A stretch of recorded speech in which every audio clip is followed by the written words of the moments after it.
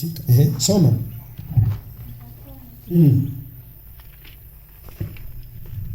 Hosea 4:6. Watu wangu wanaangamizwa kwa kukosa maarifa. Watu wangu wanaangamizwa kwa kukosa maarifa. Kwa kuwa wewe umeyataka maarifa, nami. Kwa kuwa wewe inasema kwa mimi hapo sisomi ila najua isemi hivi, nasema hivi. Kwa kuwa wewe umeyakataa maarifa. Ndio inavyosema. Kwa kuwa wewe umeyakataa maarifa. Ndio. Mimi nami nitakukataa wewe. Usiwe kuhani kwangu mimi, kwa kuwa umeisahau sheria ya Mungu wako. Mimi nami nitasahau watoto wako. Inaposema kwamba watu wangu wanaangamizwa, jana niliongea hapa nikasema hivi nadhani mtumishi Petro akasema unatuchanganya pastor. Nilisema hivi, sisi hatuangamizwi kwa sababu hatuombi wala kufunga. Sisi tunaangamia kwa sababu ya kukosa maarifa. Tukisema maarifa, utaratibu wa kuishi. Kwa mfano kama hapa, sio tulikuwa naimba hapa tunaluka, si ndivyo? Mwingine anasema yaani hivi. Wakati mwingine kama ni makofi anapigwa tele ya kawaida tu hivi. Sasa ngoja nikupe siri hii. Kwenye maombi, kwenye tunapoimba tunacheza hivi. Mwili tunaupigisha mazoezi. Lakini pia tunamsifu Mungu ndani yake. Hivi unafahamu Paulo na Sila walipokuwa wanamwimbia Mungu na kumsifu, nini kilitokea? Nadhani atuielezee. Unafahamu Paulo na Sila walipokuwa wanamwimbia Mungu gerezani, wanamsifu, wanamwimbia, wanasifu. Daudi aliwahi kucheza mpaka nguo zake zilianguka, si ndivyo? Hasa tuseme ucheze mpaka nguo zianguke. Sina maana hiyo.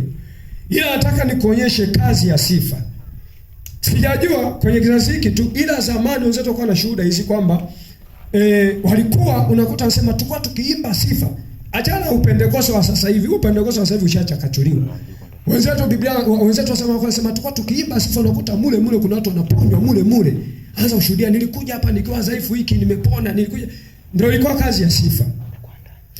Sasa unaweza ukakwepa huko ukasema yaani ukaanza kufanya vitu kistaarabu.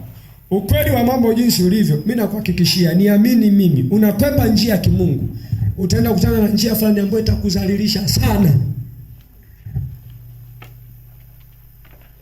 Kwa sababu magonjwa hata Mungu anadhalilisha. Hii itakwila kwangu hii. Hii nilichomwa sindano kiasi mpaka kajeusi nikiwa mtoto. Magonjwa. Asante Mungu, tokea mimi nipoanza ibada, ni kabla labda sijiunga na koskazi. Tulikuwa napitia kule kuumo majipu mara kwenye kikwapa, mara matonse, si mara si tumbo, mara si mguu, mara yaani vikwa vinatoka hiki kinaingia hiki, kinatoka hiki kinaingia hiki, kinatoka hiki kinaingia hiki, kinatoka. Yaani mpaka nikanajiuliza, kwa sasa huyu Mungu tuliyebiliana na uwezo wa kuponya yuko wapi? Sasa kwa mfano hivyo nao tunavyocheza hivi sifa hivi. Njia ya kitaalamu waga wanadai kisha pitia changamoto ya kuugua. Lazima ataanza kwambia wewe unafanya mazoezi, epuka sikula vyakula vyenye mafuta. Wakati huku sisi hata huko hatuwezi tukafika. Huku yako mafundisho ambayo yatakuweka kwenye level size, usipitie hata huko. Huku si kila siku tutaimba sifa, si Jumatano, si Jumangapi, ni mazoezi tosha. Na maana unakuja utaona kuna watu wanasema sasa nimeponywa hivi. Mnisamee, mimi waga na kauli na nadhani waga nairudia hata Pastor Mongosi. Ukiwa kwenye ibada, tulia kwenye ibada. Na wakati mwingine hata Pastor Mongosi waga anasema zima hata na simu. Siamini na sipendi watu kuona wanatembea. Kwa nini? Ni kwamba wewe ulivyo haupo hivyo kwa sababu hatuja kukuombea. Ni kuna maarifa umekosa. Ndio hichi kinachotufanya tunakusanyika kwenye makongamano. Kwa sababu tukifanya hizi ibada za kudonoa, leo tumekutana, kesho haupo. Hizi ukiwa tumezifanya hizi za kukutanika kwa muda mrefu, tunaamini kwenye hii mpaka ishe, kuna mtu hapa atakuwa kajengeka hapa. Kuna mtu hapa atakuwa na maarifa hapa ya nini afanye. Kuna mtu hapa atabadilika hapa. Kuna mtu hapa ataanza kujua kwa nini nimekwama. Vinginevyo utakuja utaona wale wanaoenda kwa kudonoa donoa, utaona wamekwama sana. Mimi nimechunguza sana hiyo kitu nikiwa hata EAGT. Wengi ambao walikuwa wanafanya ibada za kudonoa donoa hawaonekane Jumapili tu, ila ndio moja watu wanaopenda mafundisho ya ovyo yale. Mwaka huu haupiti, Bwana anaenda kutokezea njia, Bwana anaenda kufanya njia. Unakuta na viti vimenu ni misukule fulani hivi ambayo yenyewe haifanyagi ibada, ndio inayependa amsha. Mtu kabisa anayefanya ibada hutaka ajue kwa nini nipo kwenye changamoto, na kuhakikishia kama kuna kitu sisi tulichopigwa nacho Afrika, walichotupiga alituambia ukija kwenye ibada au kasikisa mahubiri, madeni yako yamekwisha, yanakwenda kupotea. Kumbe wewe unaangamia kwa kukosa maarifa. Kuna kitu fulani sisi tumefungwa nacho sana. Kwa mfano, kuna mahubiri ambayo yanaendelea, ukitoa Mungu atakubariki. Mchungaji wao, wachungaji wanatoa wapi? Mbona wao wanakuchangisha? Hapo kilichokosekana ni maarifa. Maandiko yanasema aliye mwimbaji afadhali asiibe tena, awe na kazi ya kutenda. Uje pia anasema asiyefanya kazi na asili. Sisi tumebakiki na mafundisho fari. Na kumbuka hiyo hatutakopa, bali tutakopesha. Hautakuwa mkia, utakuwa kichwa. Shangilia kwa Bwana. Mimi mwenzio mpaka nasikiliza yale nasema, afu kiangalia hali nazo zipitia ni zile zile, zibadilikagi. Sasa mimi nakuhakikishia, shida sio wokovu, shida ni wewe. Shida na mafundisho uliyosikia. Yesu anasema walionitangulia ni wevi na wanyang'anyi. Yesu kilichomfanya mpaka akaja akauawa akasulubishwa, waliokuwa wamemtangulia walikuwa wamejenga msingi mbovu. Hawaonyi watu mabaya, hawakemei watu mabaya. Mwisho wa siku alipoanza yeye kufanya, ikaanza kuonekana kana kwamba anatangaza imani yani anawasema wengine. Ni hivyo. Hata huyu mzee wetu unamwona anaandamwa, anachanganya dini na siasa. Amteli unakwambia. Wenzetu kwenye Biblia, soma Biblia yote. Wachokuwa wanahangaika, walikuwa wanahangaika kupigania usawa katikati ya jamii. Ndio maana wote anakuambia usizini, usilopenda kutendea usimfanyie mtu mwingine. Sasa kwa nini usizini? Wewe ni nuru, wewe ni taa ya wengine. Watu natakiwa wajifunze kupitia maisha yako wewe. Sasa ukiona sisi huko kwetu kwa jamii zetu tuzo nazo watu watazini, kuna mali ameona. Mimi mwenyewe nakwambia nilipoenda Dar es Salaam nilianza kwenda kununua nako wanaojiuza. Kwa nini? Kuna watu, kuna marafiki niliwaona. Ndio maana jamii zetu zimekwama, hizi unazoziona zimekwama hizi. Tatizo liko hapo. Na hata ukiingia makanisani moja kwa moja hawasemi changamoto na tatizo lilopelekewa kuwa hivyo ni nini, ila anakuambia Mungu anaenda kuyatoa. Mungu hakuna wewe. Ngoja nikupe historia kidogo kwa sehemu. Historia inasema hivi, kama utakuwa mfuatiliaji mzuri, kwa sababu sisi wengine inawezekana simu zetu mimi nakumbuka mwendo ulikuwa hivyo. Naona simu zetu sisi tunatumia kwa ngavi vichekesho tu. Mwandambo unachoka, yani ndio unavyovisikilizaga tu. Na vile unasema wakasirika nasema nini? Haleluya. Mwisho wa siku haya baada ya kusikiliza vimekusaidia nini? Zaidi ndio kwamba ukiota ndoto. Haya mwisho wa yote haikupi wajibu wote kwamba kafanye nini, epukana na nini, kaa mazingira gani, fanya nini. Injili sio kuonyesha kwamba kafanye kile. Hakika nakwambia, hakika taangamia. Kisija maandiko yanasema watu wangu wanaangamizwa kwa kukosa maarifa. Hiyo kazi ya kanisa ilikuwa ni wewe kukujulisha kwa nini uko kwenye hali. Na wakati mwingine anayekuwepo mbele ambaye ndiye kiongozi au mchungaji awe ni mtu ambaye amechunguza mambo, amefuatilia mambo, alafu kwenye yale mambo yeye anaishi. Alafu anakuwa anakwambia bwana, hili tatizo, changamoto yake ni hii hapa. Hata sisi wanaohubiri wamekwama. Wanaohubiriwa wamekwama. Soma Petro. Soma hapa Petro hapa nikuonyeshe kitu fulani. Mimi kiukweli, mimi siaminiki kwenye kurahisisha mambo. Nitokea mimi nilipookoka tu. Hewa siamini kwenye mwaka huu. Afu watu hawaji ibadani. Magonjwa yako Mungu anaenda kuyatoa, ukitoa sadaka nzuri ile ambayo utambariki mchungaji. Wewe niamini mimi nilishakuwa na madeni. Huku tunasikia mahubiri, utabarikiwa, utakuwa si lazima utakuwa pia utakuwa kitu. Ana mahubiri mengi ya ujanja. Petro ngoja nifike. Mimi hapa. Nifike na mimi hapo. Hata kama huyo mhubiri mwenyewe sekana hana hatua yote, lakini awe yeye mwenyewe naye pia anatafuta kwamba nitoke kwenye hatua hii dhaifu. Petro wa pili sura ya 2. Isomee mstari wa 18 hapo sababu ya muda.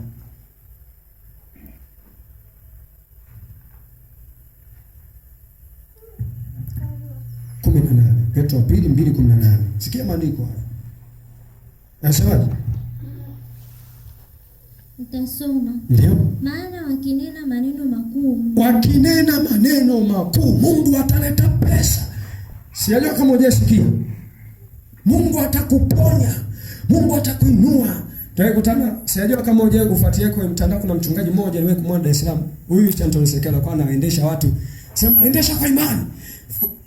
Kama unataka gari endesha kwa imani, endesha kwa imani. Shika ufungue vitikisa. Kama ambao huna nyumba tikisa hivi. Mwambie Bwana sina na mimi nyumba yangu inakuja. Fanya kwa imani, tikisa hivi. Ambaye huna gari endesha kwa imani. Endesha kwa imani. Ndio unasikiaga, kama unamsikiaga yeye ndio waga na yule kwa imani. Ana nyimbo zake hizo sasa hivi. Utashida. Imani. Kama unataka pikipiki endesha kwa imani, fanya papa. Ndio iko na Kenya, yuko mmoja tu Pastor Nganga, mzee siku moja leo kumpasua kwenye mtandao.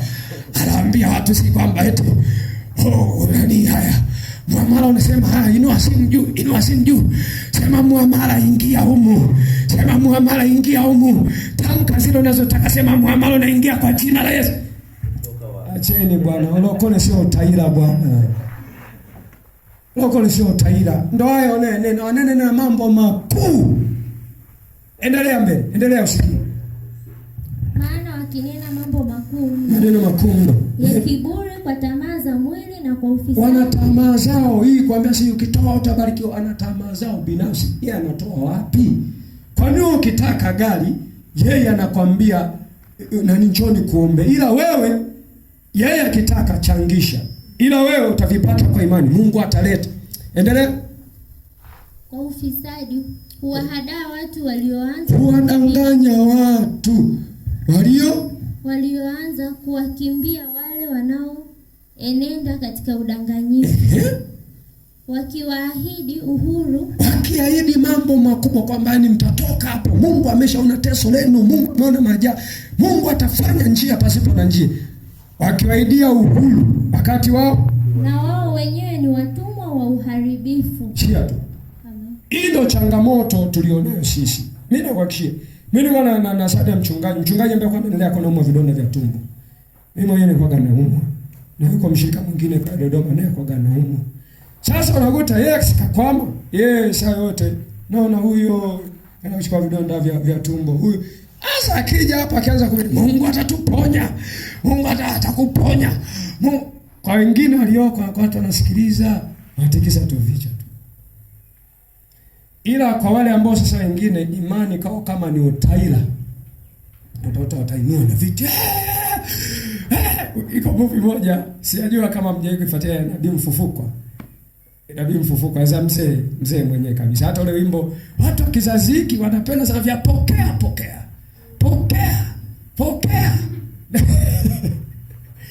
Ndio vipenda. Ila ukweli kwa kishi, kanisani hatuje kupokea. Kanisani tunakuja kujua kwa nini nimekwama. Na nimekwambia kazi ya ibada, kazi ya makongamano, kazi pekee. Kwa nini tukusanyike? Tunakusanyika tujiulize, kwa nini nimekwama? Kwa nini bado nipo kwenye hali hii dhaifu? Ndo kazi pekee. Turudi tusome maandiko haya. Twende Kumbukumbu la Torati. Kumbukumbu la Torati sura 28. 28 ufike na mimi.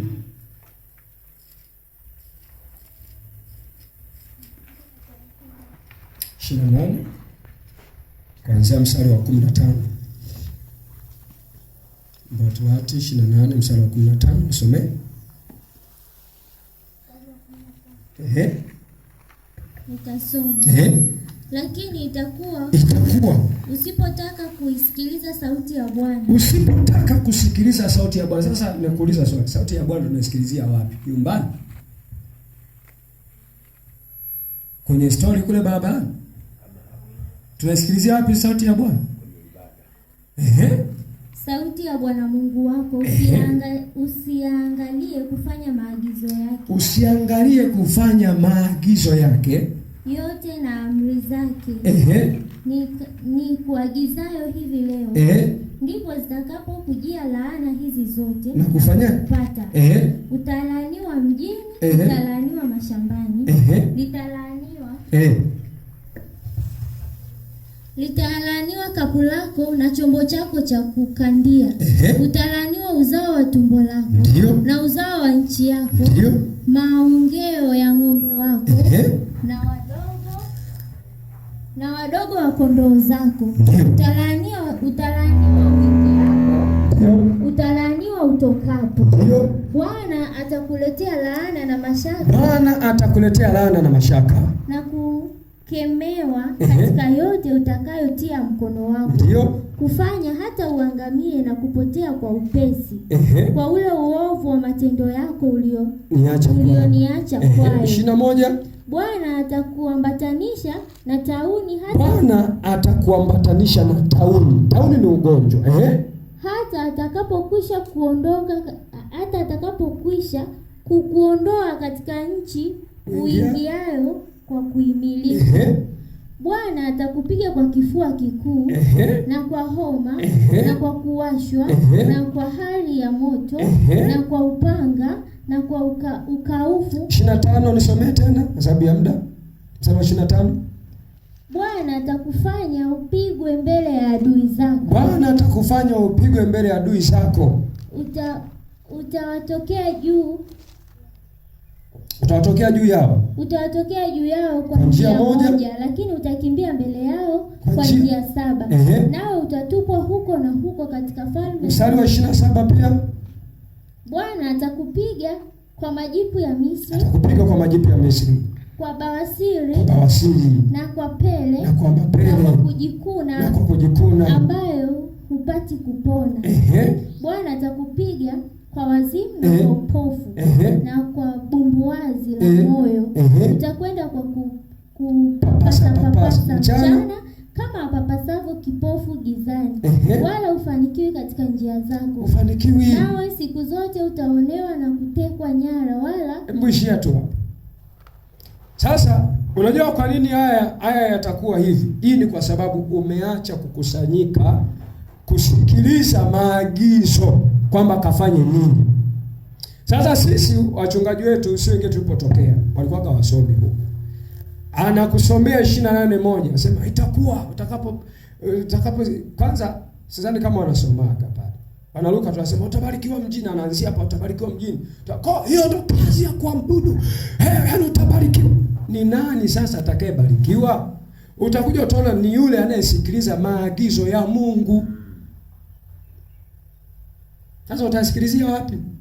Kwa hiyo nikwambie kitu fulani. Unajua nchi za wenzetu zisizoendelea hazijaendelea kimiujiza. Wenzetu wanaendelea kikanuni. Nchi mfano za Uarabuni, China na Korea ile jamaa yule mwenye kiduku, ukienda ukaanza kuhubiri Bwana atakuinua, Bwana ataleta, Bwana kupigana mawe.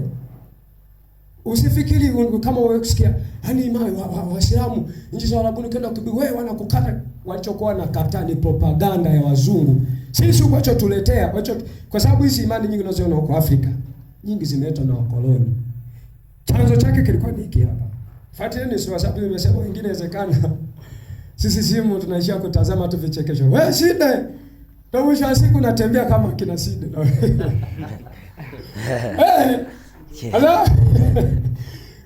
Hata ukisimama ukianza nachoka mweze, ndio unavyovisikiliza. Mwanadamu unena kiujazacho moyo wake. Wewe ni zao la hivyo unavyovisikiliza. Ndio maandiko yanasema mazungumzo mabaya uharibu tabia njema. Yaani wewe tukitaka tukujue wewe mwalimu wako ni nani? Yale unayeongea tunajua huyu bila shaka huyu ana washauri wake anawasikilizaga. Ndio maana naweza kusema ni Mungu anaweza pia wewe. Unajua kuna mahali anasikiliza, kuna mahali wako washauri wake. Ndio maana Biblia ilijaribu kudhibiti mazungumzo mabaya uharibu tabia. Sasa mazungumzo mabaya ya nani? Ni watu waovu. Mwovu aweza akakupa ushauri ambao utakujenga. Daima atakuvutia kwenye njia fulani ambayo ikutoe au ikupotoe. Anyway, labda nigusie kitu fulani, niongee jambo fulani kidogo. Ni kwa mfano, kuna siku moja niliwahi kusema hapa. Hivi mnawaamini sana ama daktari wetu, si ndio? Kipindi cha Magufuli simsikia kuna wengi wako wamefanya vyote. Unaonaje sasa hivi? Sasa hivi sasa tumerudi. Sasa hivi Magufuli hayupo, ndio kwa anatembelea kwenye vituo. Atakagua. Sasa ndio hiyo kama wewe kusikia mtu ameenda sana anasumbuliwa kichwa akaanza kwa si anasumbua sigoti wakapasua kichwa. Ndio wao tunaoenda. Ukisikia maandiko yanasema alaniwe mtu yule mtegemee mwanadamu. Ilikuwa imelenga hivyo hivyo. Hatutuseme kwamba tuache wataalamu, ila ni wale wataalamu kabisa waliohakikiwa. Sisi hawa hakuna cha wataalamu wote. Hakuna. Cha kwanza mtaalamu lazima ujue tatizo lipoingilia na linavyoweza likatoka. Na wenyewe unaota tu na bunibuni atachoma ikasema, "Hata tujaribu hiki." Hata tujaribu na kile. Kwani tujaribu? Nchi za wenzetu hawajaribu. Kuna siku moja niwaisikia historia moja kwenye mtandao. Mpaka nikasema hivi jamani, au sisi tuna injili tunasema tusitaenda mbinguni. Wenzetu ni kama wanaishi mbinguni. Kuna vitu fulani nitakusomea hapa. Tujaribu kuwaza mimi na wewe. Tujaribu kuwaza. Hivi kweli sisi tumeokoka au sisi tuko ulimwengu wetu wa pekee? Kwa sababu si tunaamini mbinguni ya wafu. Si ndio? Au si? Si tunaamini? Si ndivyo? Watoto si hawafu. Sisi huku wanakufa kila siku nakuta. Si pale mzee siku moja kwa anasema mimi kanisa siye kuzika. Zaidi ndo alimzika yule nani mtoto ambaye ndio kofu na wengine ambao walikuwa kina mtumishi Sifa. Nao pia waliondolewa. Sio kwamba walikufa kwa njia ya kawaida, waliondolewa. Kwa nini hatujazika kanisa hili? Ni kwamba kuna ibada fulani tunazozifanya zinakuwa zinajaribu kutuchonga, kutupalapala, kututenganisha na baadhi ya vitu. Sisi tunapokutana na magonjwa na vingine, tuna mfumo fulani wa ovyo wa kiolela. Yaani sisi hatuna mwalimu mmoja tu mbele yetu. Ambaye ndo tumsikilize sana. Sasa nchi ya China, mtu mmoja akawa anasema mimi alikuwa anaongea kabisa mtandao, anasema nimekuepo huko China sasa na miaka 9. Sijawahi ona msiba. Miaka 9. Sasa nasema wale wamebarikiwa, hakuna cha kubarikiwa, wameziditi. Yaani wao kuna nchi fani nisikia si Australia kama hivyo na yenyewe pia search kisto. Wewe search tu kabisa kwenye historia kwamba wao wanaishi kule, sio kama huko tunakutana na watoto mababantu wanazaga. Hata kama unaonaga kwenye movie vingine wanafanyaga vile ili waende kwa sababu sisi asilimia kubwa Afrika ndio tunaga vya kufanya, sisi tuna vya kutizama. Kama muda mwingi ukishinda, yaani wewe huingii mtandaoni uone clip yangu niliyoiweka ina viewers wangapi. Wewe unaenda kuangalia nani katoa clip. Na kwa kuwa sasa wengi wetu tuko hivyo, ndio maana tumekwama. Mitandaoni wote tunaingia wendo kasikilize clip, zitakuharibu sana. Nyingi kati yazo zinachochea ngono tu kwa huko kwetu. Uje si ndo movie zote wanakuonyesha wanaonyesha wadada wanaojuza wanaosema aise kumbe na Marekani wapo. Kumbe vile wanafanya vile tu ili wawaharibu kwa akili muone tu maisha ndo haira kwa wanaoishi kule ndo wanasema huku vitu hivyo kuna sehemu napo pia uwe na kibali. Napo utoe sababu kwa nini unajiuza. Kwa sababu wao wasichopenda ni ile hali kwamba unatuzalilisha sisi. Lakini wamejitahidi kutengeneza maisha ya watu wao. Mfano wa Australia kila mwisho wa mwezi wananchi analipwa. Hongera kwa kuwa Wanasema mwananchi, si sasa ni nini tuseme, taifa wa hili, ongera kwa kila mwisho wa mwezi unalipa. Ndio hata wazungu ni kama vile unaona muda wote tu wenyewe wanafanya tu vya kwenye mitandao na kuchekesha. Wanafanya kazi muda gani? Wana hela wale jamaa.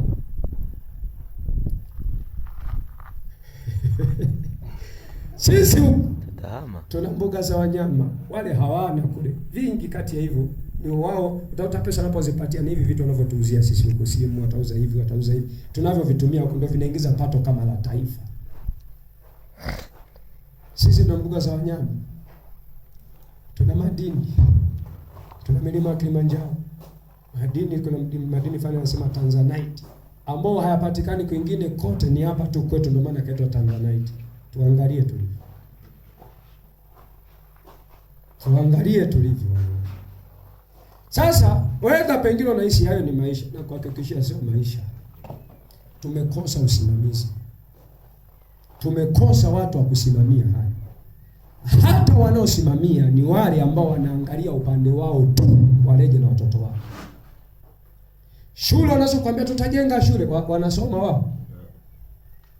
Wanasoma? Hawasomi kabisa. Hela wanaotaka kipewa si ndio misaada ni. Sasa sisi kweli sisi tulikuwa kupewa misaada sisi. Afu katika kitu kibaya sana. Amina kuhakikisha. Maandiko yanasema akopae ni mtumwa wake akopeshaye. Kanisa ndio maana si mzee kakataza kukopa kabisa. Kwa nini kakataza? Deni linakufanya uwe mtumwa, utaanza kutumikia mtu, unaanza muda wote tu ukikutana naye. Usifikiri vidonda vitu tunavikuta wapi. Si deni. Yaani sisi kuna mambo mengi hayaendi sawa. Magonjwa mengi yatokana na msongo wa mawazo. Mengi yaliyoko kwa vile. Wewe si jioni tutakula nini? Haya, kama hivi unavyoona mzee kajificha, hata wewe sasa si itakuwaje? Kwa yale sasa unakuta ndio kufanya moyo unakuwa tuko juu juu tu. Hata ikitokea siku amekutembelea mtu ambaye naye vile vile yupo kama kwenye hatari, kaja kako kujificha nao. Aisema kweli hii bado, aisema kweli sisi nipe baki nyingine, hii imeishiwa chai.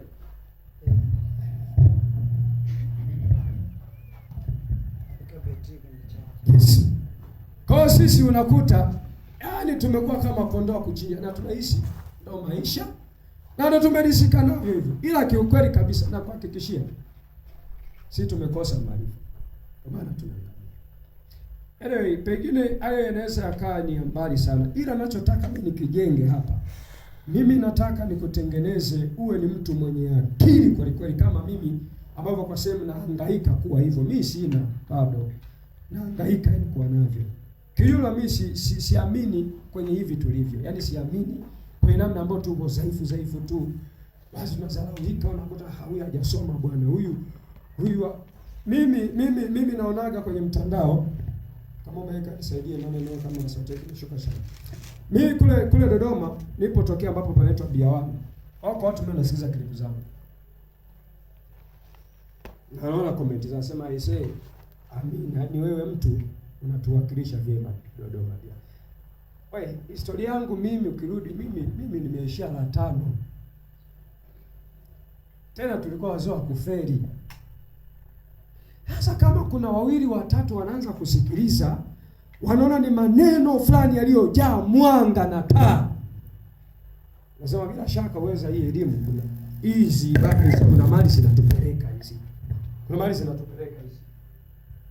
Yes. Naweza sema kuna mali zinatupeleka hizi bado. Sasa hebu nisome 30.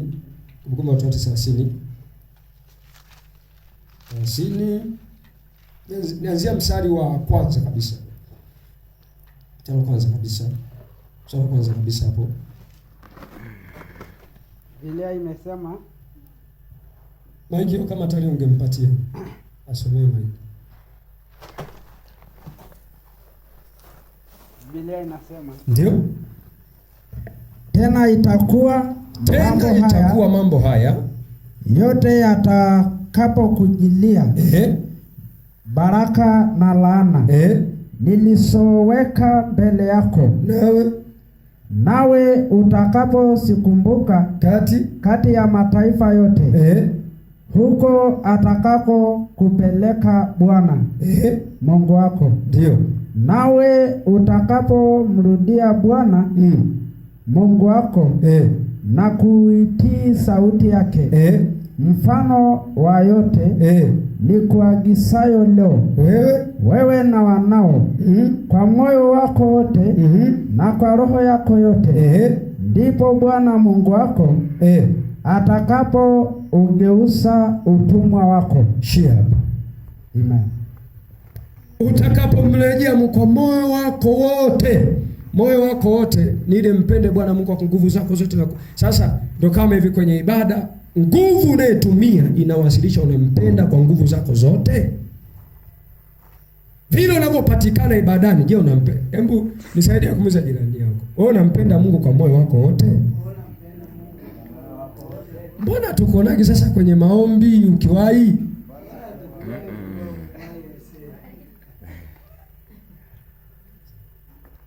Bila shaka hivi vitu ambavyo pengine unasema wengine bwana hawa ni kama vile Mungu anasaidia na neema. Cha neema kinachokuwa kinatufanya tunakuwa wakati mwingine tunakuwa tuna elimu na uwezo huu. Kwa mfano kama haya ambayo nayafundisha hapa, mimi ni zao la kusikiliza sana, najifunza sana. Yaani mahubiri mengine ambayo mzee alifundisha kama mwaka jana, mpaka narudia nasikiliza tena nilikuwa nimetulia. Sasa nikikutana na mtu ambaye pengine hafanyagi ibada, mzee nikaanza kuongea, asema aise, hani huyu Roho Mtakatifu anamfunua. Hakuna cha Roho Mtakatifu dia. Ni tunatoa muda wetu. Kuna ndugu mmoja leo nilikuwa naongea naye, yeye yuko Singida. Siku moja wakati mzee katoa clip ya kusema Pastor utapeli, akafafanua vingi, ananipigia mimi. Ayusa, eti nimeona mzee Mbarikiwa Mwakipesile anasema Pastor ni tapeli. Akasema sasa sisikilize yote. Sasa unaniuliza mimi ndio mwenye majibu, sikiliza. Yaani tuko kwenye jamii fulani naamini kwenye kurahisishiwa njia. Kwanza waliwahi kusema tunataka tujiunge kwa kazi, tunakuja akasema sawa. Baadaye hujasema sasa hivi bwana majukumu ufanye, akasema hamna shida, wewe endelee na majukumu. Sababu mimi katika jambo mimi silazimishagi mtu sasa hivi kufanya ibada. Silazimishi mtu aamini imani kwa nguvu ninavyoamini mimi. Ila naamini sana kwenye siku ukikwama utanirejea. Nasema mtumishi kwenye hapa nini, nasema tunakula kulingana na urefu wa kamba baba. Nguvu unayotumia ukisoma kwenye kitabu cha Mathayo 22 kama 21 kama sikosea, nadhani ni 22. Kuna vikundi vya watu wawili vya wanawali. Wengine Biblia inasema walikuwa ni wenye busara. Taa zao wenyewe waliziandaa pamoja na mafuta. Wengine wanasema sitaandaa siku nyingine bwana. Kinachoongelewa pale ni kuhusiana na hivi tunavyofanya ibada. Mwingine sisi tukiwa sawa, nitaomba baadaye. Utaomba peke yako utaweza? Wewe ibada tunafanya kulingana na watu wanavyokuwa wanafanya. Hata kama uko umechoka, utaendelea hapo hivyo, sababu nao wengine wanaendelea. Ukisoma pia Mathayo ile sura ya 7 mstari wa 24 panasema alisikiaye neno langu atafananishwa na mtu ambaye ni mwenye akili aliyejenga nyumba yake juu ya mwamba. Mafuriko yalipokuja na hali zozote zilipiga ile nyumba ila haikuanguka. Ila huyu ambaye yeye anasikia na kuachana nayo, Biblia inasema kwamba atafananishwa na mtu ambaye alijenga nyumba yake kwenye mchanga. Yaani yeye aliona hapa tu bwana, ni kurahisisha. Hapa natosha tu hapa. Wengine wameomba sema hata kama tu si naendelea hivyo hivyo. Hamna shida. Ila nakuhakikishia siku ukipingwa na matatizo, waga hata ile nguvu ambayo waweza kuambia mtumishi Mungu waga anasaidia, anasema wewe. Kwa sababu kuna muda ambao wenzio walikuwa wanaomba wanaikusanya nguvu ya kuwasaidia. Kwa hiyo haipo. Kwa tumaini waga linapotea kabisa. Ndio maana ukisoma maandiko inasema matumaini ya watu wabaya au watu wao, matumaini yao itakuwa ni kukata roho. Sasa wewe unaishi watu wabaya ni wetu wanaozini? Hapana dia. Maombi pia ukiyaacha, ukisikia kuna Biblia inasema wenye haki watairithi nchi. Haki ni kufanya kila kitu sawa sawa. Yaani unakuwa na uwezo wa ujasiri kuliendea jambo lote. Kwa mfano mimi na hakika sana sijajua pasa Timothy kwenye huu mfano ambao na mimi utanielewa nadhani sana hiyo kitu hata ndio kwa hapa. Na hakika sana kuna baadhi ya washirika mmeingiliana nao sana. Nao pia umeingiliana nao sana kwa sababu ni kama kila wakati mko nao karibu. Kuna wengine hata wanakujaga hapa wanasafisha viti, hata pamba hapa. Kwa vyovyote vile huyu mtu huyu hata akipatwa na tatizo lote, pastor lazima aanze kuhangaika. Kwa nini? Kwamba anaona huyu mtu ni sehemu ya moyo wangu. Biblia hii ukiamua itumie, yani wewe uwe ni mtu ambaye watu watakuwa wanavutwa na yani wanavutiwa sana na wewe. Na kuhakikishia inawezekana. Yako maisha ambayo wewe mwenyewe ukiyachagua tu kuyaishi yale kwa dunia tulionayo, waga yanasema kwamba ana mihemko huyu. Waga anasema hivyo. Anasemaga huyu ana kibelembele sana. Amna, tunatafuta siku moja nisiwe hivi nilivyo. Yote tunayafanya kwa sababu Mungu humlipa kila mtu sawa sawa na kazi yake. Hiyo unaona tutakuepo na kwa vyote vile tutakavyokuepo hapa ambao umesafisha sio umefanya. Ukiona mtu anaomba, lazima vyote vile nao utaanza kuvuta niomba hapo basi hata kidogo na mimi. Mtu huyo kwa vyote vile ni mtu ambaye utamwona muda mwingi au wakati mwingi hata Pastor Timothy utaota anamwambia basi kesho utahubiri. Kwani anaona hata pengine huyu atakuwa na vitu vya kuwajenga wengine. Kwanza pia si tunakane karibu na kwa namsoma na tabia zake, moyo wake. Unasema mtu ana moyo mzuri. Sasa sisi ndio tunashinda huko vijiweni na ukija ukaanza wanahubiri kitu. Sasa wewe unashinda vijiweni. Alafu unataka utuhubiri. Sasa utatujenga kweli? Sio utaka tuambia vya mwandambo hapa. Lazima tuanze kutuambia vya mwandamo. Ukisema anachoka sema sasa kama umechoka sisi ndio tufanye. Sisi ndio tutachoka zaidi sasa. Kwa kweli kabisa sio pingika. Biblia bado inaahidi, inasema hivi, hata kama ikitokea kuna namna kweli umekutana ngumu, inasema ukirejea kama hapo kwa moyo wako wote, Bwana ataanza kutoa matatizo yaliyo ndani yako, yaliyo kwenye maisha yako. Hebu soma mstari wa 11 hapo sasa, 11. Biblia inasema kwa maana maagizo haya ni kuagizayo leo si mazito mno kwako, wala si mbali, si mbinguni, hata useme ni nani atakaye tupandia mbinguni akatuletee aje atuambie tusikie, tupate ya kufanya, wala si ng'ambo ya bahari ya pili ya bahari, hata useme nani atakaye tufukia bahari,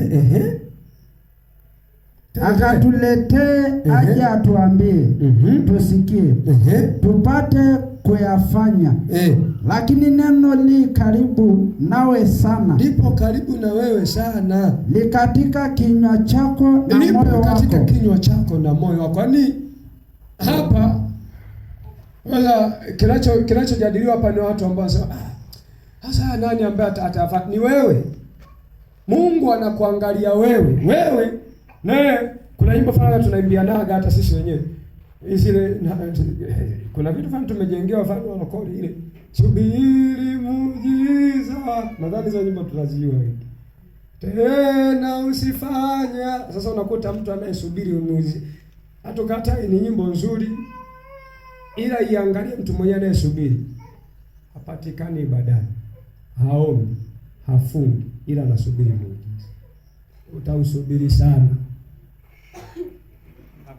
Na miaka itapita, utaendelea kusubiri. Mungu hawilazi na wajinga. Hebu soma hapa pengine hapa. Soma hapa. Yoshua 18. Yoshua 18 mstari wa 3. Some hapo 3. Yoshua 18 mstari wa 3. Sikia maandiko haya.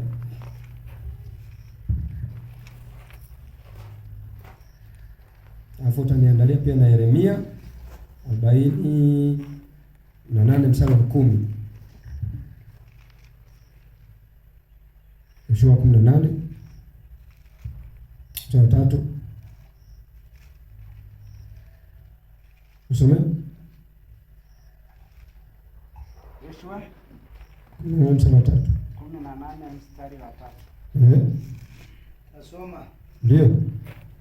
Yoshua akawauliza wana wa Israeli akisema. Je, hata lini mtakuwa walegevu katika kuingia kwenu na kumiliki hiyo nchi ambayo yeye Bwana Mungu wa baba zenu amewapa? Yaani ashawapa. Sasa tatizo hapa ni walegevu. Ndio. Biblia inasema kwa sisi tulio Agano Jipya tunasoma kama Agano la Kale. Ukisoma Agano Jipya inasema aliyetukomboa. Sio atatukomboa, aliyetukomboa. Nitakusomea basi ya maandiko hapa kama Mungu akinipa neema. Nisomee na Yeremia hapo ndio isema. Baada ya mstari wa 10 ngoja nifike na mimi mahali fulani hapa. Baada ya mstari wa 10.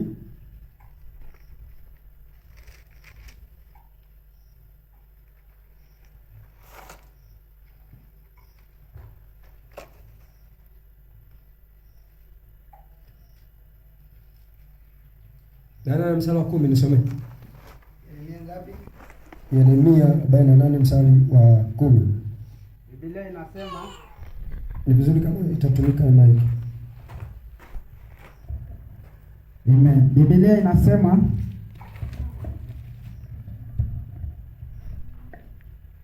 inasema 40 mstari wa 10. 48 mstari wa 10 nimesema.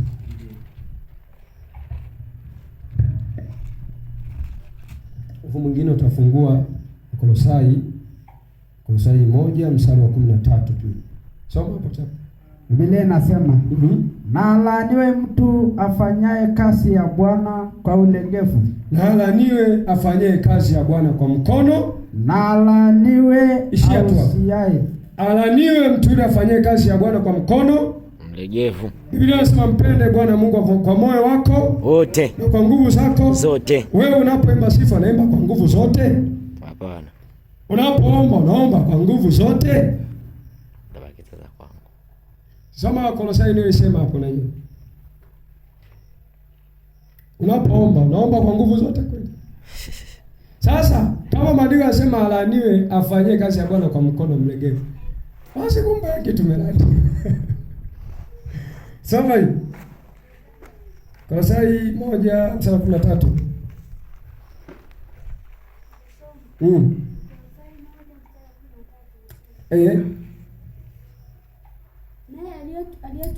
Naye alituokoa, sio naye aliyetuokoa. Alituokoa.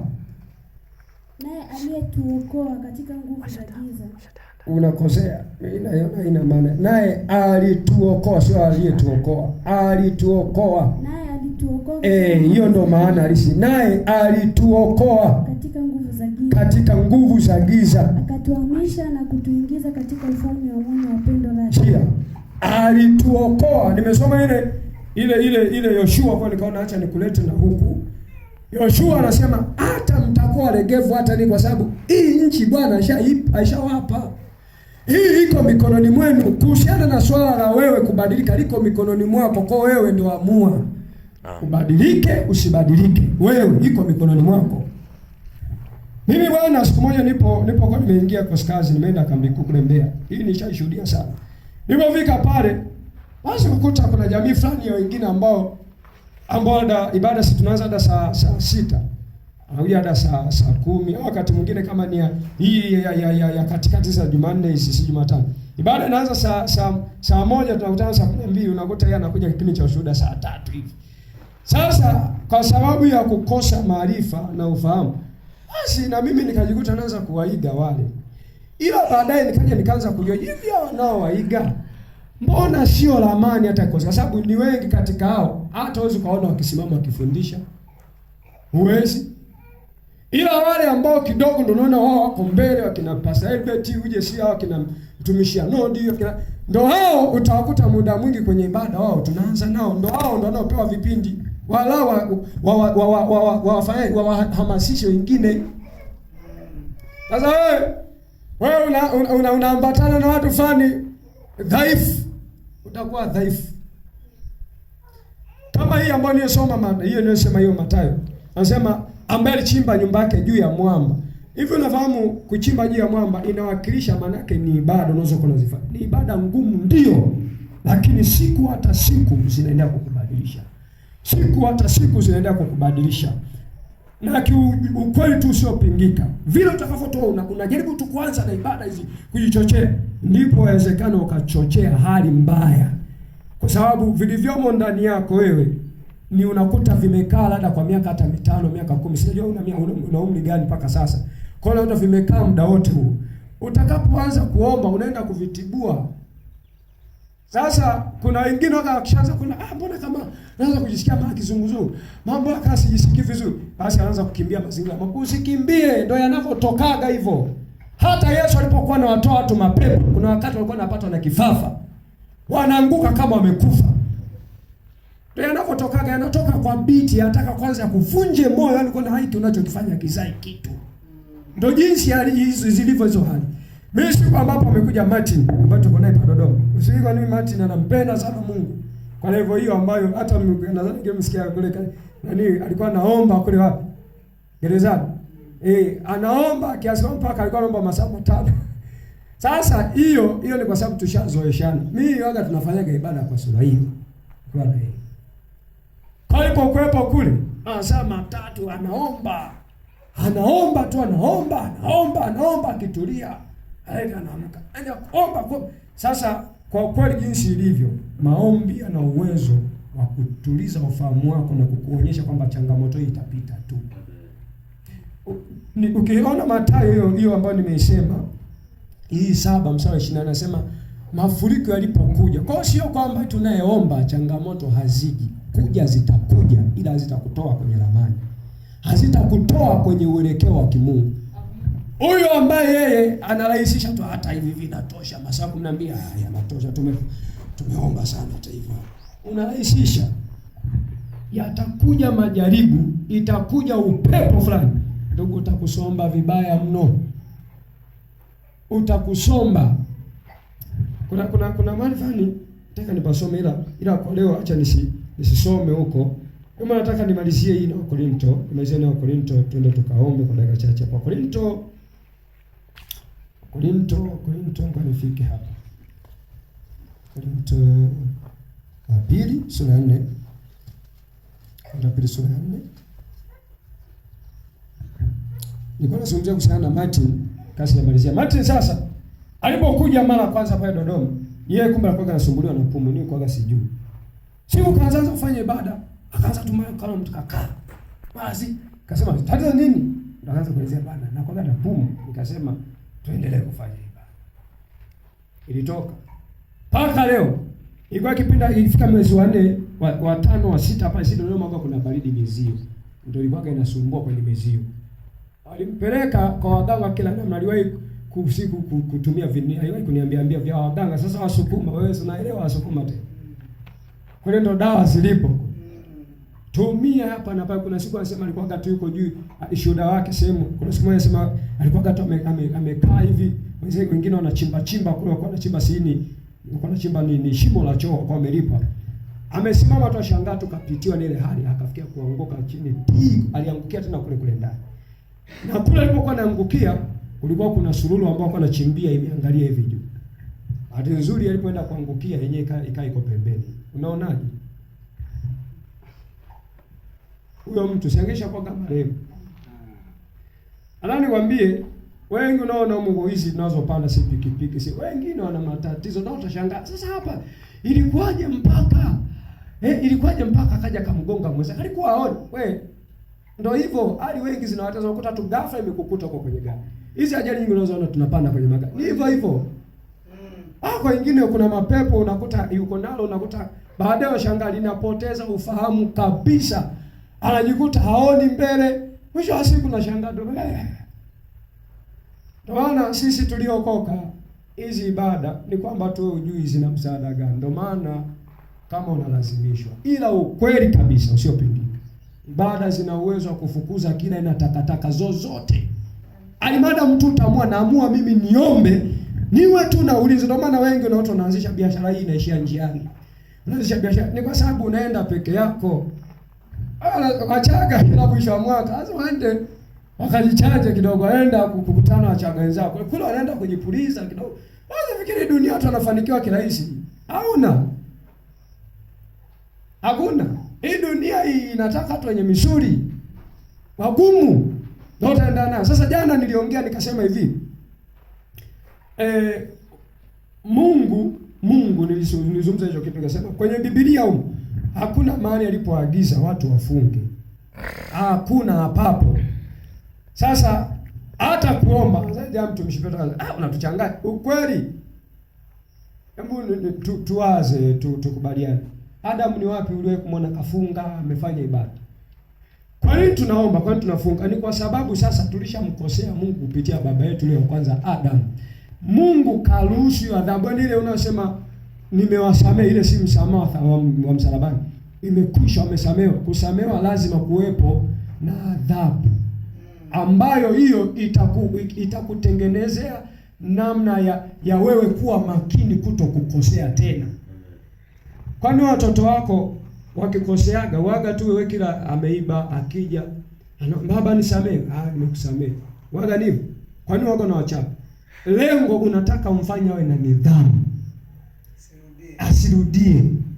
Na siku nyingine hata akisema naomba nisamehe, utakuta anaomba huku unamchapa. Sasa unaona huyu atazoea, unamchapa. Lengo hasa sio unamkomesha, ni ile kwamba awe na namna ataka tukugusa cha mtu anakumbuka, mzee akisikia hapa hiyo ndo namna ambayo sisi tunavyowalea watoto. Sasa sisi, Mungu ni baba yetu. Mungu hutumia magonjwa na baadhi ya vitu ambavyo wewe vinakuwa vimekuchanganya, umejaribu kwa waganga vimeshindikana. Ukija huko ndo anakuja sasa aanze kukufafanulia kwamba kwa nini sasa wewe uko hivyo. Umeiacha njia ya Bwana. Umeacha njia za Bwana. Hata wana wa Israeli, nimesoma ile Kumbukumbu la Torati niliyoisoma. Mungu anawaambia itakuwa ambapo hamtasikia nitawapiga kwa bawasiri, nitawapiga kwa jipu. Bado hizi zina shuhuda nyingi. Yuko pastor wapo kwa Morogoro ile wewe kumwasiba bawasiri na pia. Mimi mwenyewe nilikuwa na kansa ya mguu, nilikuwa natembea na chechemea hivi. Ila ndo vinatoka. Huyu ambaye kuja na pumu mtumishi nani huyo ambaye bwana imetoka kabisa. Kabisa na kuhakikishia. Hii unaona si vumbi, hii vumbi. Yaani hakuwa hana uwezo hapo, lazima utaona tu mtu kaanguka vipi? Kwa mwingine ukishatokea hivyo basi tupunguze kidogo ibada. Upunguze. Na yanazidi kujiweka na yanakuwa mengi, na Biblia inasema pepo atokapo mtu aende tu akazunguke tu huko, afu akae huko, anaenda anarudi aje kuchungulia jamaa vipi? Baba ndio kuombaga au ashaacha. Anakuta jamaa mwenyewe sasa kaacha, ngoja nikaita wenzangu huko. Wanie kule jamaa kaachia mlango, kwa unakuta yakija speed ya ndo unakuta.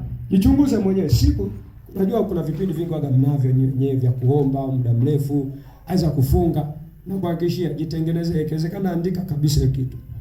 Ipime hali ya siku unapokuwa ibada mmezifanya, siku mmefunga mmeomba mmefunga. Ipime siku inayofuata. Zipime hizo siku zinazokuwepo hapa katikati. Acha kuto kufanya hizo ibada kwa muda mrefu hiyo kwa kurukaruka kwa nini?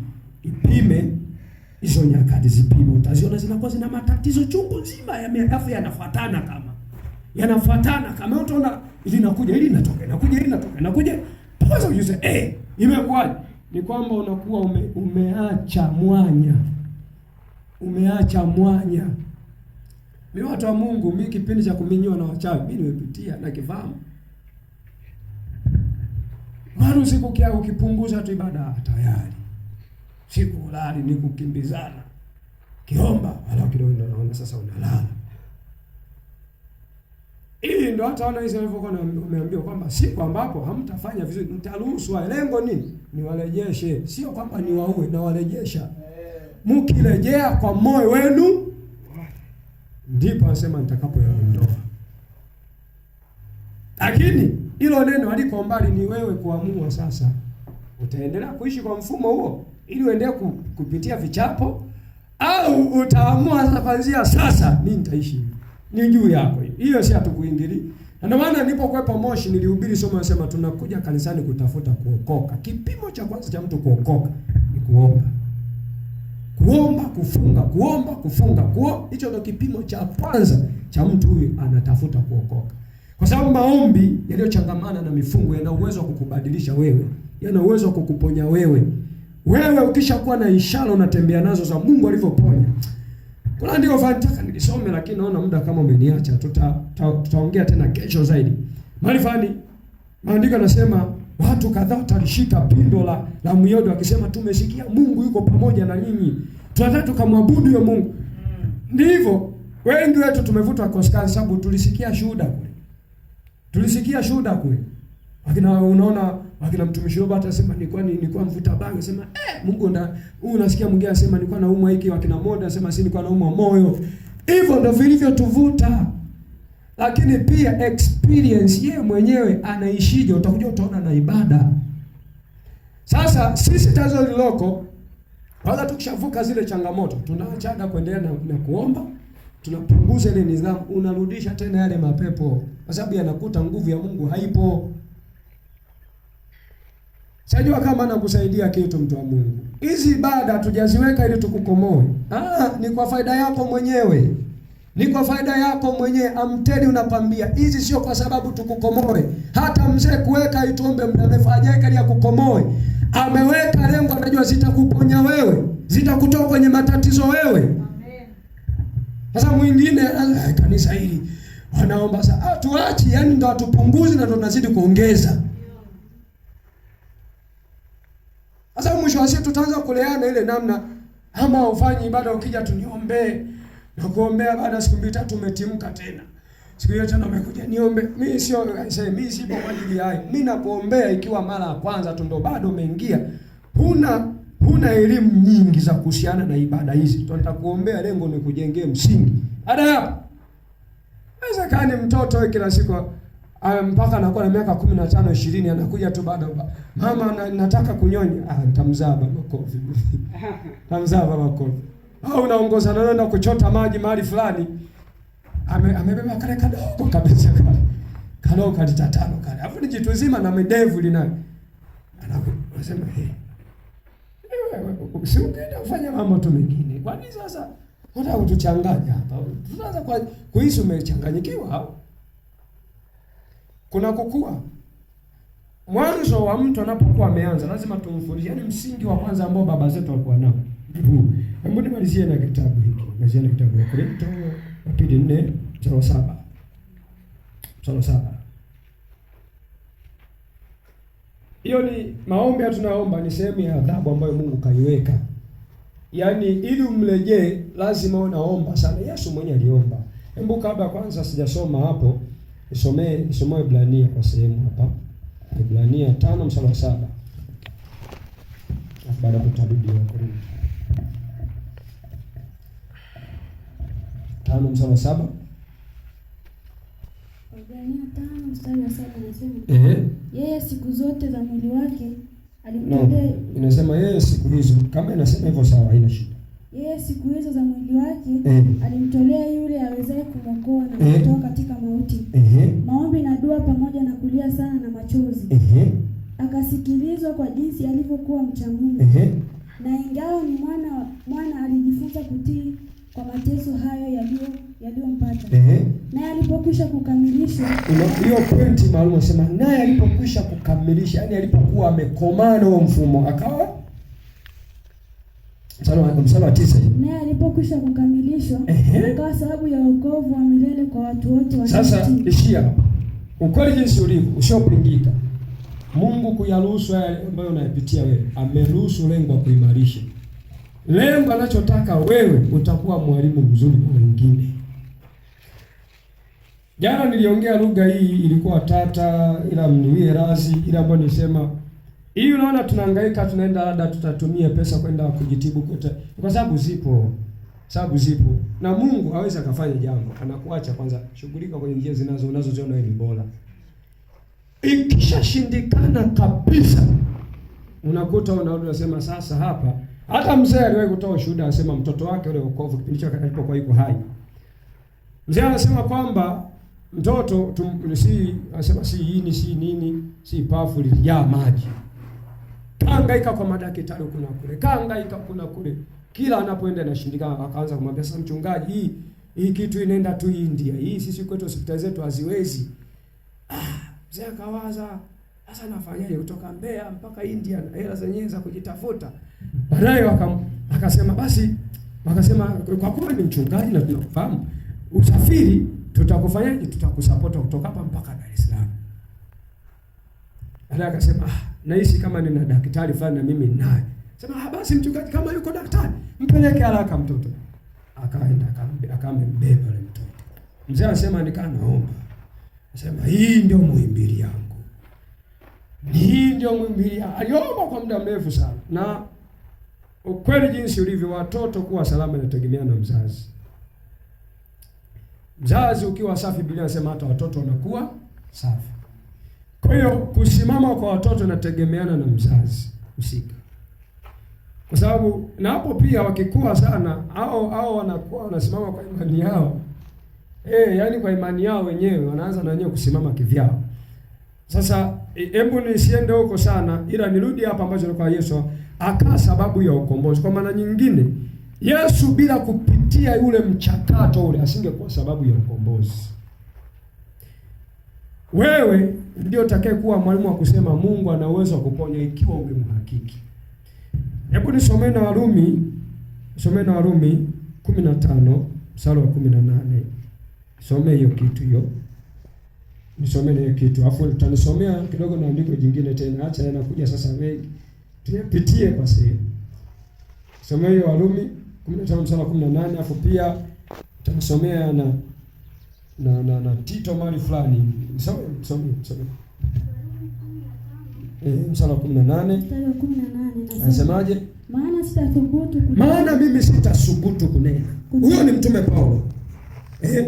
Neno asilolitenda Kristo, neno ambalo yeye Kristo hajafanya kwenye maisha yangu mimi, sitasubutu. Hiyo mataifa wapate kutii. Ili mataifa wapate kutii. Mataifa anazungumzia ni watu ambao hawajamwamini Mungu, wapate kutii. Iwe kwa neno au kwa tendo. Iwe kwa maneno. Takao Yesu alikuja akaleta uzima, alitoa uzima.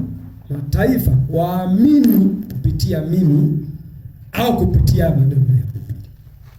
Unajua Biblia hii kinachofanya kionekana kitabu fulani kama cha kugushi, wazungu watuletea, ni kwa sababu hakijatoa matokeo kwenye mili yetu. Ndio maandiko yanasema nao wakamshinda kwa damu ya mwana kondoo na kwa neno au shuhuda wao. Nisomee na Petro, nisomee Timotheo wa kwanza 4 mstari wa 11 pale. Na Tito marifani, itujenge walau msingi, msingi. Kwa sababu sasa na soma maandiko mengi, kwa sababu najua changamoto tulio nayo wengi wetu mara nyingi waga ni kama tusomi sana Biblia. Na wengine unakuta hata Biblia yenyewe anaiachaga kanisani. Soma hivyo soma. Kwaje tuyasome wala. Timotheo wa kwanza 4 mstari wa 11. Mambo hayo yaagize na kuyafundisha. Mtu awaye yote asidharau ujana wako. Ili wasikudharau sasa, bali uwe kielelezo kwao. Wewe kuwa kielelezo kwao. Waaminio katika usemi na mwenendo na katika upendo na imani na usafi. Tuendelee. 13. Hata nitakapokuja ufanye bidii. Mimi nitakapokuja bado ufanye bidii katika kusoma na kuonya na kufundisha. Usiache kuitumia karama ile iliyomo ndani yako. Uliopewa kwa unabii na kwa kuweka mikono na uliopewa kwa unabii. Sawa 15. Uyatafakari hayo, ukae katika hayo, ili kuendelea kwako kuwe dhahiri kwa watu wote. Jifunze nafsi yako na mafundisho yako. Jitunze nafsi yako na mafundisho yako.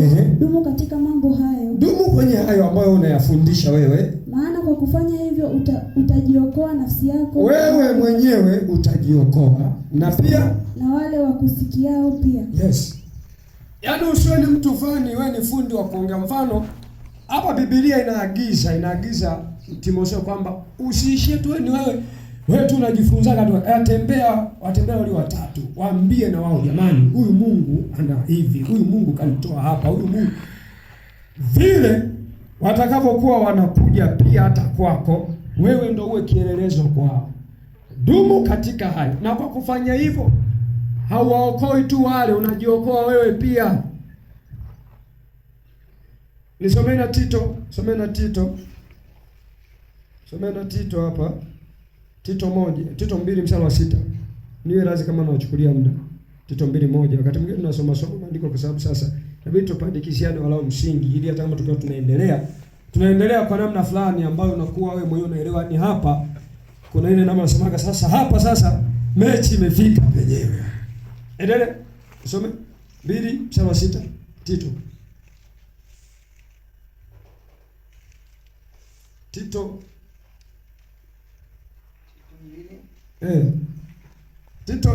iko tupo toka kusoma Timotheo. Tito iko mbele yake.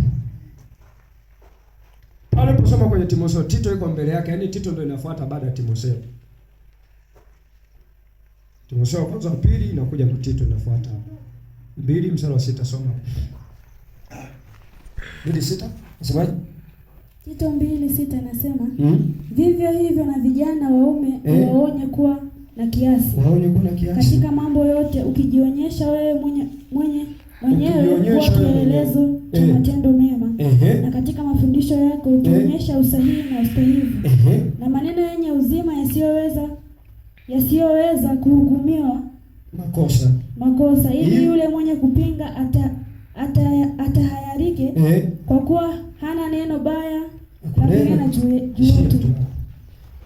Yale maneno yenye uzima ni haya yanayosema alikuwa Mungu anaponya. Mimi nakumbuka nilipokuwa TAG tunasimama pale madhabahuni. Basi unakuwa unatangaza namna fulani ambayo tuna mkutano hapo sasa. Mkutano. Tunapenda kuwakaribisha watu wote mnaosumbuliwa usiku wa mlali. Weza pengine umejaribu kuacha pombe umeshindwa. Umejaribu hilo kuna Katoliki kuniambia msitakaze sana. Ila alikuwa anasema uwezekano umesumbuliwa na magonjwa. Maandiko yanasema njoni kwangu nyote msumbukao na wenye kulemewa na mizigo, Yesu atawapumzisha. Kwa wewe ambaye uwezekano usiku wa ulali magonjwa yanakusumbua, hasa ni kansa, hasa ni pumu, yalete kwa Yesu mbeba mizigo wa kweli. Sasa unakuja sisi wenyewe tunaohubiri huko sasa. Yaani sisi tumefanya kama kamchezo. Hivi ni kweli Yesu akuponya viwete kweli? Kwa nini sasa sisi tunaamini kwenye ulimwengu wa banki? Ule usioonekana ni sisi anaponya. Lete viwete na tukana tamka leo lete viwete, lete vipofu. Ibada zenyewe unajua kwa nini ibada hizi hazizalishi wala ziponyi? Tunafanya ibada zisizoendana na watu kwenye Biblia. Huo ni ukweli amteli unakwambia kuna kesho tafafanua kidogo utajaribu kupita. Ndio kazi ya hizi ibada bwana tukana zifanya yaani tukizivulia shati kabisa anasemaga. Mzee ukizivulia shati na kuhakikishia azikuachi pale zitaanza kwanza kukukalabati wewe.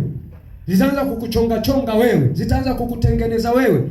Baada ya hapo unaona hivi kwa nini siende kwa shangazi na nimwambie kwa nini usiache ulevi kwa sababu na njia hii nilipita sikupata faida. Sasa sisi wale ambao hata kwenda kuhubiri maandiko yenyewe hujua sasa tatizo la ukosiwa Pentekoste hata Biblia hatusomi. Ndio maana wadau sana wakitokea mtume ametokea kuna mkutano mtume anasikia Bwana ujiba wengi ni walokole. Waloma wengi hawaendagi. Hiyo ndio ukweli sio pingika. Hawaendagi. Walokole sisi kwa sababu tunaamini Mungu ana miujiza, Mungu anafanya afu kiona itendeke. Ndio ile mwamposa kule. Kwa sababu kule wao hivyo vitu ndio unakuta vikaziagi hivi. Vya miujiza. Sasa kwa hiyo sisi tunasema sana miujiza. Kwa mtu akisikia mwamposa akasema hata ngoja nikajaribu kule. Unajiiba mchungaji asikuone. Lakini ukweli wa mambo, wewe kilichokosekana kwako ni wewe mwenyewe. Mungu sio kwamba hana uwezo wa kuokoa. Imeandika kwenye Kumbukumbu watoto tuko nasoma, sema neno hili haliko mbali. Lipo katika wewe, liwe maamuzi yako wewe. Ukiamua kuishi, kuna maisha fulani ukiamua kuyaishi yatakuzalia matokeo wewe mwenyewe. Wewe ndio chagua kama umeamua kuishi, waishi tu.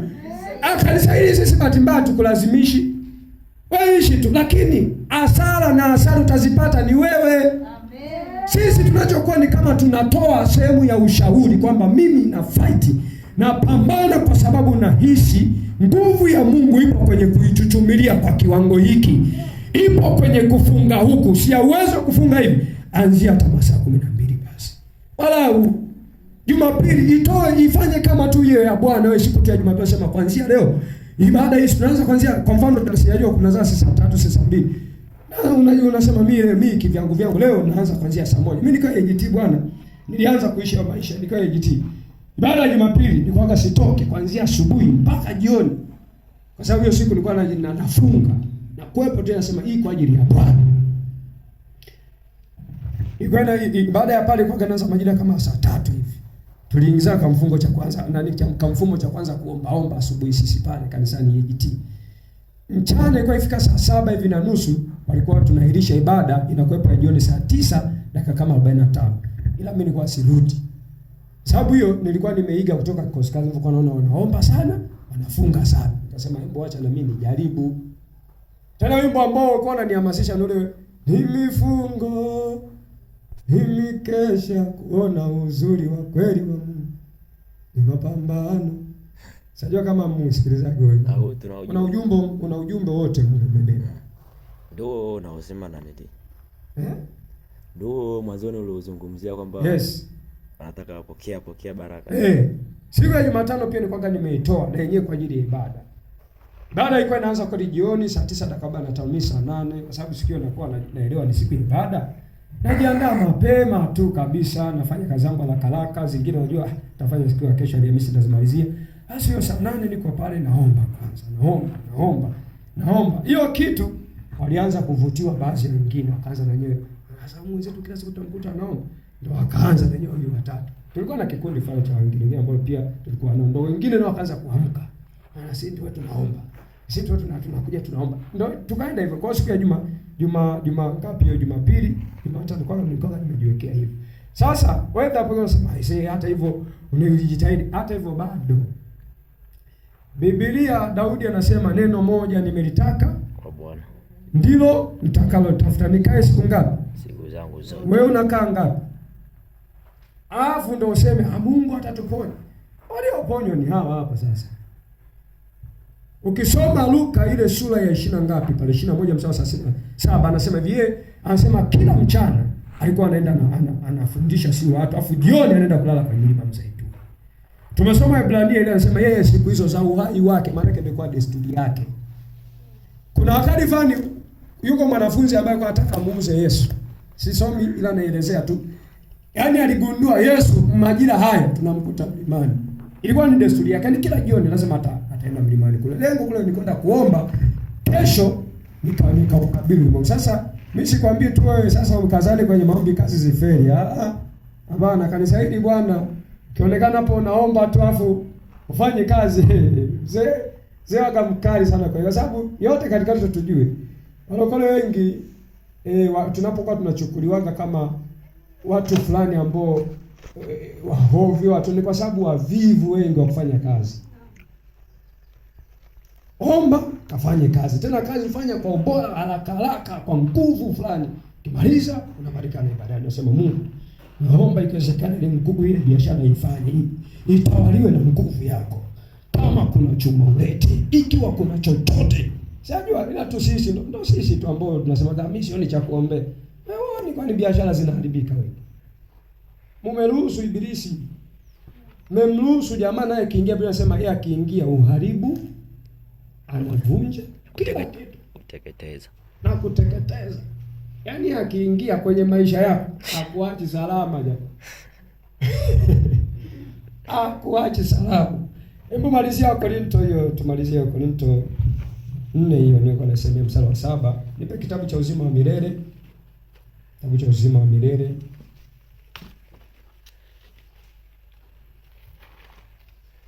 Ndio kama kingine nacho kidogo sawa nitasoma leo. Nisome hiyo ndio kwa nimesema Korinto wa pili 5:4 mstari wa 7 pale.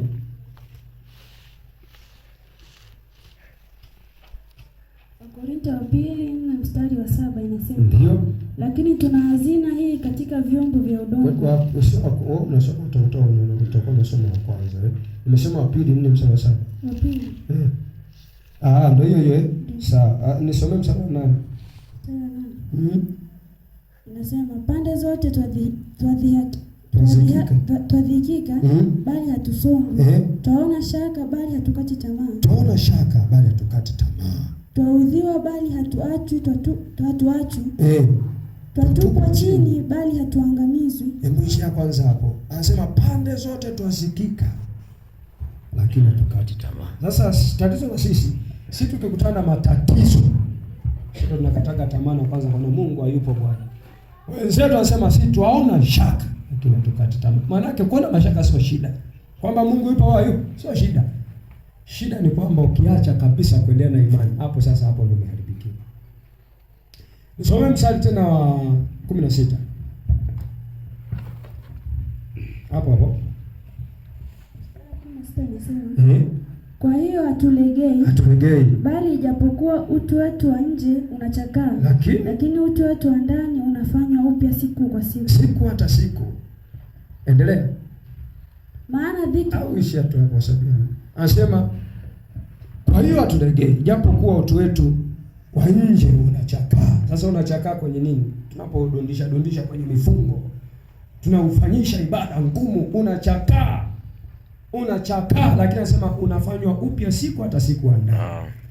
Biblia kuna mahali fulani ukisoma kwenye Yohana wa kwanza anasema napenda ufanikiwe kama roho yako ifanikiwavyo. Mwanadamu ukiharibikiwa ndani, yani ndani ukaruhusu wewe kutawaliwa na vitu vingine, mfumo ambao sio wa kimungu, utajikuta kila kitu kitaganda, kitastaki.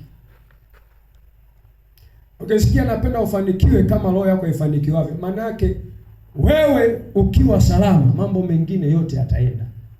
Ukiona kuna hawa madaktari ambao wanasema hasa nani unaona nemo ya usiku lazima kada nyokaanza pombe kidogo walau ndio halali, sababu halali la dada minyo na wacha. Kwa hiyo vile unaona vinamchanganya, unaweza kumta unaenda unamwambia naumwa bwana asielewe hapa naona mguu.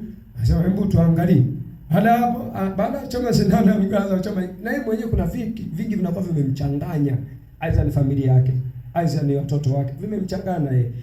Kwa hiyo cha kwanza kabisa ukishakuwa na uzima, ukishakuwa na hali fulani ya amani, ile sasa ndio utaikuta kila jambo lako linaliendea. Unalifanya sawa sawa, yani unalifanya kwa utulivu tu. Kwa utulivu tu kabisa. Wala si. Hapo nimalizie na kitabu cha uzima milele. Kurasa alifike hapa. Kurasa ngapi hapa alifike?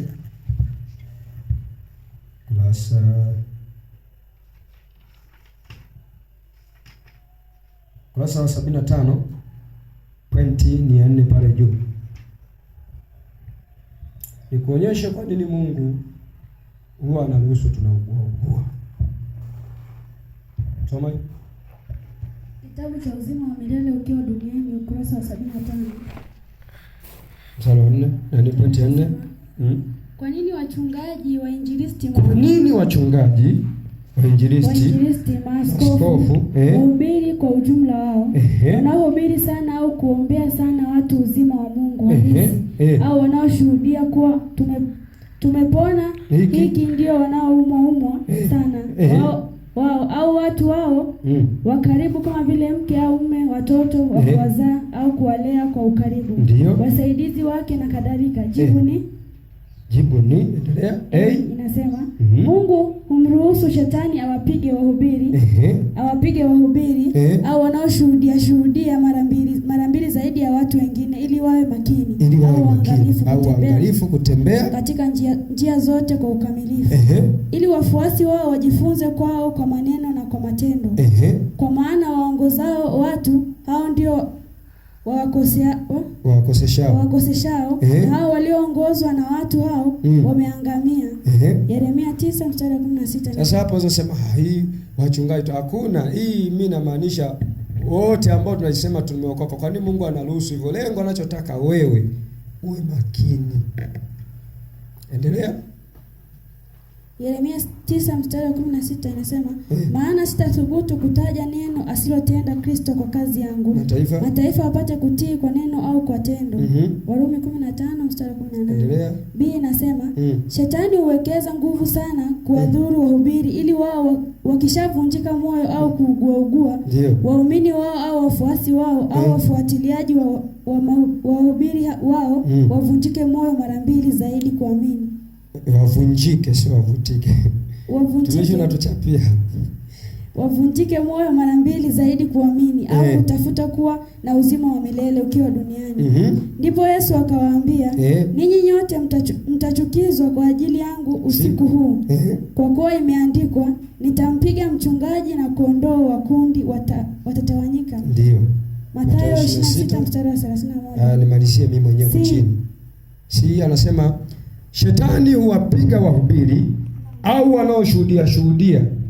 Sasa si hatushuhudia. Wanaoshuhudia kwa matatizo zaidi wasioshuhudia. Kwa sababu anafahamu fika kuwa ushuhuda wao huwaimarisha wengi au kuwapa imani wengi inapopelekea kuchukua hatua ya kumwendea Yesu. Nao wakamshinda kwa damu ya mwana kondoo na kwa neno la ushuhuda wao ambao wakupenda maisha yao hata kufa. Hiyo ni Ufunuo 21:11.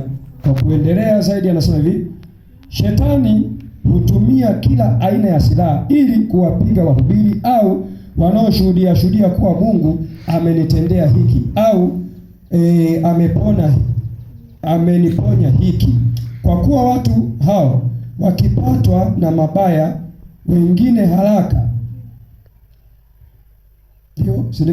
wengine haraka, makumi kwa maelfu waliosikia ushuhuda huo au mahubiri hayo huvunjika moyo haraka au kuona ni kama si ushuhuda wa kutunga. Hapo dawa si kuacha kuhubiri au kushuhudia, bali ni kuwa makini, kukaa ulipotakiwa kukaa na kufanya uliotakiwa kufanya. Kuhubiri au kushuhudia ndiyo moja ya kazi yenye uheri duniani, kwa sababu ya kile kilichoandikwa kuwa ni mizuri kama nini miguu yao wahubiriwa habari njema, habari ya mema.